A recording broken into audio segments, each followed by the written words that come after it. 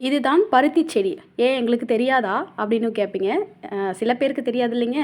பருத்தி செடி இந்த மாரி தான் இருக்கும். இப்ப வந்து காயும் பிஞ்சுமோட ஒரு பருத்தி செடி ஒரு பாலத்துக்கு கீழ இருந்துச்சு. நெறைய இடங்கள்ல பாருங்களேன், அதுவா வளர்ற செடியெல்லாம் நல்லா ஃப்ரெஷ்ஷா வளரும். பூச்சி தொல்லை இருக்காது. காய்கள்லாம் வச்சு செமையா வளரும். ஆனா நம்ம வீட்டு தோட்டத்துல வைக்கிற செடிகளுக்கு மட்டும் பூச்சி தாக்குதல் இருக்கும், சத்து குறைபாடு இருக்கும். நானும் ரொம்ப நாளா நினைப்பேன். எப்படி நம்ம வச்சு வச்சு வளர்க்குற செடிகளுக்கு மட்டும் இத்தனை இது வருதே!